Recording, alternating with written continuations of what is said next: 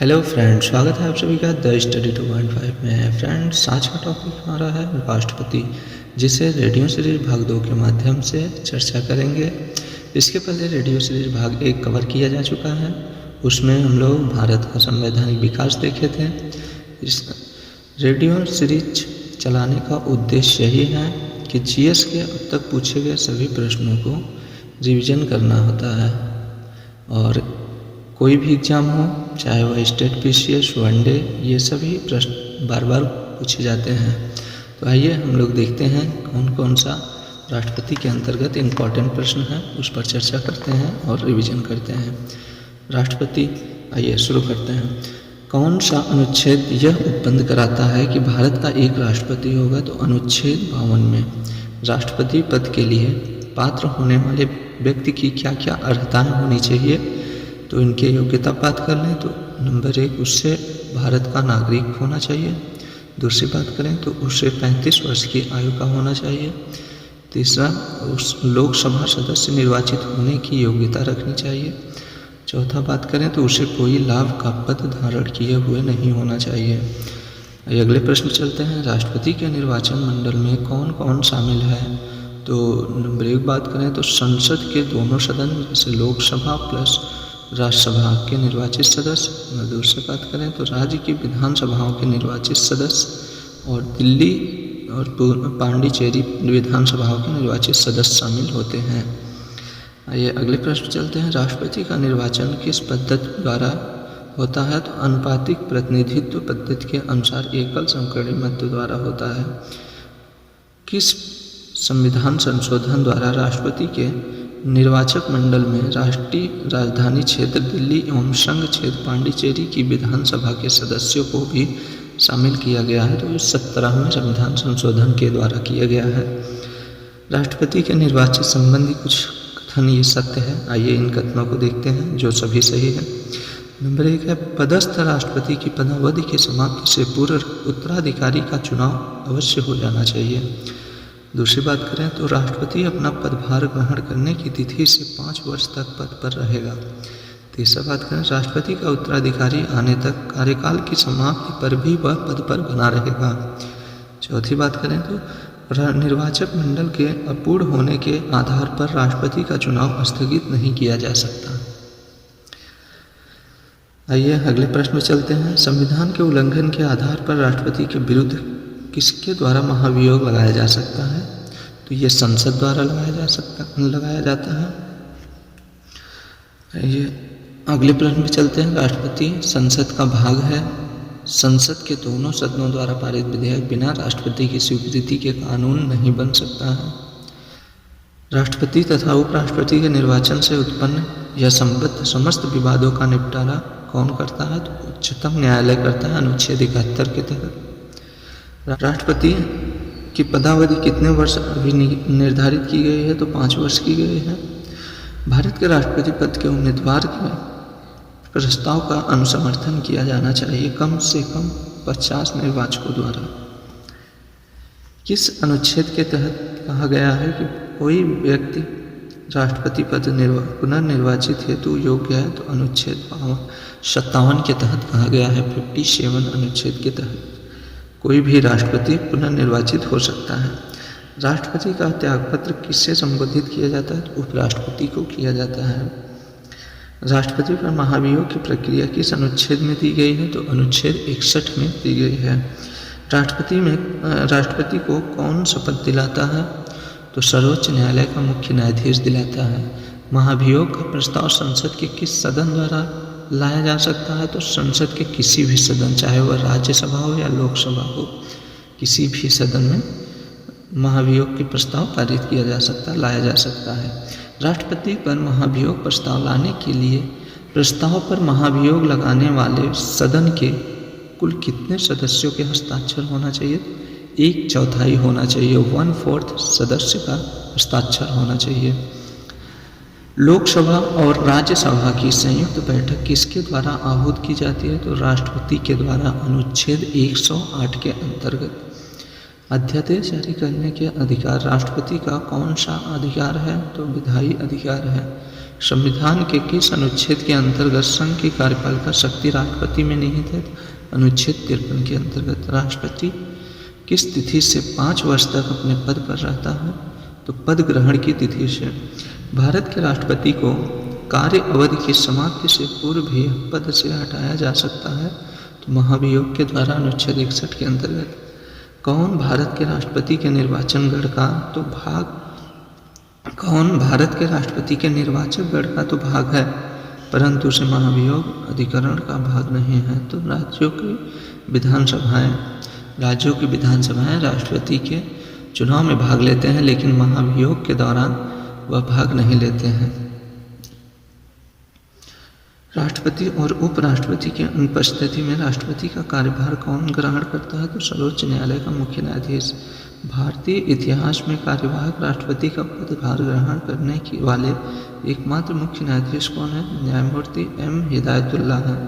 राष्ट्रपति को अनुच्छेद 123 के अंतर्गत कौन सी शक्ति प्रदान की गई है? तो अध्यादेश जारी करने की शक्ति प्रदान की गई है। राष्ट्रपति लोकसभा को भंग कर सकते हैं केंद्रीय मंत्रिमंडल की अनुशंसा पर। भारतीय संसद का संयुक्त अधिवेशन कौन बुलाता है? तो राष्ट्रपति बुलाते हैं। संविधान के किस अनुच्छेद के अनुसार राष्ट्रपति संघीय मंत्रिपरिषद की सलाह मानने के लिए बाध्य है? तो अनुच्छेद 74 के अनुसार। आइए अगले प्रश्न पे आते हैं। भारत के राष्ट्रपति के महाभियोग की प्रक्रिया है, तो संसद की एक अर्ध न्यायिक प्रक्रिया है। भारत का कार्यपालिका अध्यक्ष राष्ट्रपति है।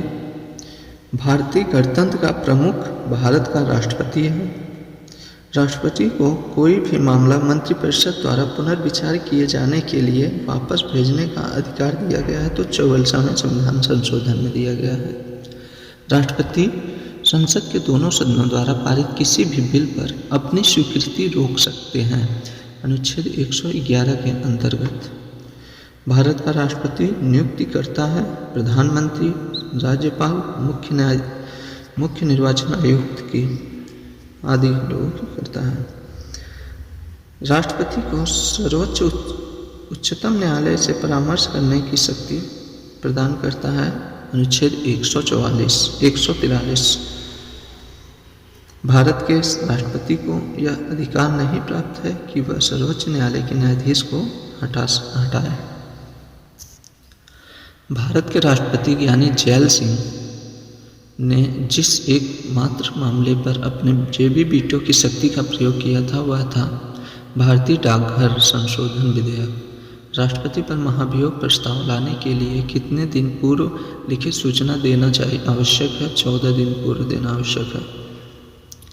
संसद के अनुसार राष्ट्रपति का पद रिक्त हो जाने पर यथासंभव कितने समय में नया चुनाव हो जाना चाहिए? तो 6 माह के। राष्ट्रपति का पद रिक्त होने पर नए राष्ट्रपति के पद ग्रहण तक उसके कर्तव्यों का निर्वहन कौन करता है? तो उपराष्ट्रपति करता है। राष्ट्रपति चुनाव में कुल मतदान के कितने हिस्से से कम मत प्राप्त प्रत्याशी की जमानत राशि जब्त हो जाती है? तो 1/6 भाग पर। यदि एक सांसद अथवा विधानसभा का सदस्य राष्ट्रपति निर्वाचित हो जाता है तो इसका क्या परिणाम होता है?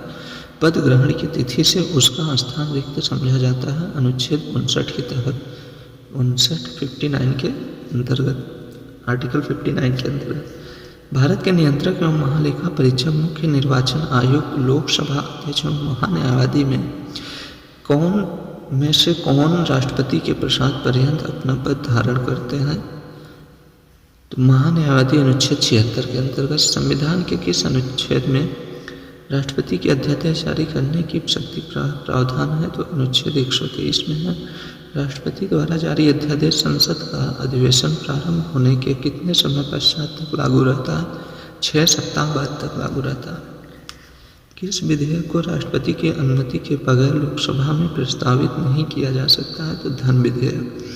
राष्ट्रपति राज्यसभा में कितने सदस्यों का नाम निर्दिष्ट करता है? तो 12 सदस्यों का नाम, अनुच्छेद 80 के अंतर्गत। संसद का सत्र आहूत करना एवं सत्रावसान करना, लोकसभा का विघटन करना, प्रत्येक सत्र के प्रारंभ में दोनों सदनों के संयुक्त सत्र को संबोधित करना तथा संसद के किसी भी सदन को संदेश भेजना राष्ट्रपति की किस शक्ति के तहत आते हैं? तो विधायी शक्ति के तहत आते हैं। भारत में राष्ट्रपति का निर्वाचन किस प्रकार होता है? तो अप्रत्यक्ष मतदान से होता है। भारत के राष्ट्रपति को यह अधिकार प्राप्त नहीं है कि वह उच्चतम न्यायालय के न्यायाधीश को हटाए।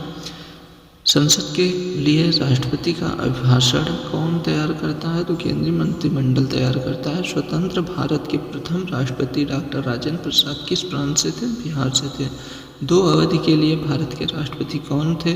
तो डॉक्टर राजेंद्र प्रसाद थे। एक विधेयक जो संसद में प्रस्तुत किया जाता है कौन सी क्रिया के बाद पश्चात अधिनियम बन जाता है? तो जब राष्ट्रपति अपनी सहमति दे देता है। किस भौगोलिक क्षेत्र को अनुसूचित क्षेत्र घोषित करने का संवैधानिक अधिकार किसको है? किसी भौगोलिक क्षेत्र को अनुसूचित क्षेत्र घोषित करने का संवैधानिक अधिकार किसको है? तो राष्ट्रपति को है। किस संविधान संशोधन द्वारा यह प्रावधान किया गया है कि राष्ट्रपति मंत्रिमंडल की सलाह मानने के लिए बाध्य है? तो 42वें संविधान संशोधन द्वारा। किस अनुच्छेद के तहत राष्ट्रपति को यह शक्ति दी गई है कि वह आपात के दौरान भाग 3 का द्वारा प्रदत्त मूल अधिकारों को प्रवर्तित, लागू या कराने के अधिकार को निलंबित कर सकता है? तो अनुच्छेद 359 के अंतर्गत 359 के तहत राष्ट्रपति की क्षमता आदि की शक्ति है, एक न्यायिक शक्ति है। भारतीय संविधान के किस अनुच्छेद के अंतर्गत राष्ट्रपति संसद के दोनों सदनों द्वारा पारित किसी बिल पर अपनी स्वीकृति रोक सकता है? तो अनुच्छेद 111 के अंतर्गत। भारतीय राष्ट्रपति के सर्वसम्मत से चुने जाने के अभी तक एकमात्र उदाहरण है नीलम संजीव रेड्डी। भारतीय संविधान का कौन सा अनुच्छेद राष्ट्रपति को उच्चतम न्यायालय से परामर्श करने की शक्ति प्रदान करता है? तो अनुच्छेद 143 है। भारत के राष्ट्रपतियों में दार्शनिक राजा अथवा दार्शनिक शासन के रूप में जाना जाता है डॉक्टर एस राधाकृष्णन को अधोलिखित की नियुक्ति राष्ट्रपति द्वारा की जाती है। आइए देखते हैं किसकी की जाती है। मुख्य निर्वाचन आयोग अनुच्छेद 324 के अंतर्गत, महान्यायवादी अनुच्छेद 76 के अंतर्गत, नियंत्रक एवं महालेखा परीक्षक अनुच्छेद 148 के तहत और वित्त आयोग के अध्यक्ष अनुच्छेद 280 के तहत राष्ट्रपति इन सभी की नियुक्ति करते हैं। आइए अब हम उपराष्ट्रपति को भी इसी में देख लेते हैं। उपराष्ट्रपति के प्रश्न को इम्पोर्टेंट प्रश्न कौन से बन सकते हैं उपराष्ट्रपति से रिलेटेड? तो संविधान के किस अनुच्छेद में उपराष्ट्रपति के पद का प्रावधान किया गया है? तो अनुच्छेद 63 में किया गया है। उपराष्ट्रपति का निर्वाचन किस पद्धति के माध्यम से होता है? तो आनुपातिक प्रतिनिधित्व पद्धति के एकल संपीड़ित मत के अनुसार होता है। उपराष्ट्रपति के निर्वाचन मंडल में कौन शामिल होता है? तो संसद के दोनों सदनों के सभी सदस्य होते हैं। उपराष्ट्रपति के रूप में निर्वाचित होने वाले व्यक्ति की योग्यता क्या है? तो आइए देखते हैं क्या क्या योग्यता है। जैसे भारत का नागरिक हो, कम से कम 35 वर्ष की आयु का हो, वह राज्यसभा का सदस्य चुने जाने की योग्यता रखता हो, वह कोई लाभ का पद धारण नहीं करता हो। ये सभी योग्यताएं हैं उनकी। आइए भारत का उपराष्ट्रपति, आइए कुछ टॉपिक इनका और देख लेते हैं इम्पोर्टेंट। जैसे भारत का द्वितीय उच्चतम प्रतिष्ठित पदाधिकारी है, उसके पास अपने पद से जुड़ा कोई औपचारिक कार्य नहीं है। राष्ट्रपति की अनुपस्थिति में राष्ट्रपति के रूप में कार्य करता है उपराष्ट्रपति। संविधान में उपराष्ट्रपति की पदावधि कितने वर्ष निर्धारित की गई है? तो 5 वर्ष की गई है। उपराष्ट्रपति की पदों से संबद्ध संकल्प को प्रस्तावित करने के कितने दिन पूर्व नोटिस देना आवश्यक है? 14 दिन पूर्व आवश्यक है। सदन का सदस्य हुए बिना भी कौन उस सदन की अध्यक्षता करता है? तो उपराष्ट्रपति करता है राज्यसभा का। राज्यसभा का पदेन सभापति कौन होता है? तो उपराष्ट्रपति होता है। उपराष्ट्रपति किसे संबोधित करके अपना त्यागपत्र देते हैं? तो राष्ट्रपति को करके देते हैं। भारत के उपराष्ट्रपति को पदच्युत करने का प्रस्तावित किया जा सकता है केवल राज्यसभा में। यही चीज़ देखिए, राष्ट्रपति को किसी भी सदन में, लेकिन उपराष्ट्रपति केवल राज्यसभा में दिया जाता है। प्रस्ताव पारित किया जाता है। तो ये सभी उपराष्ट्रपति से रिलेटेड कुछ प्रश्न थे, उसे भी हम लोगों ने रिवीजन के रूप में इसे देख लिए हैं। अब आप लोगों का राष्ट्रपति और उपराष्ट्रपति से अब तक आए हुए जितने भी प्रश्न थे उन सभी पर चर्चा किया जा चुका है। तो दोस्तों अगली वीडियो में हम जल्द ही ऐसे ही एक और इम्पोर्टेंट टॉपिक को लेकर मिलेंगे। तब तक के लिए नमस्कार दोस्तों।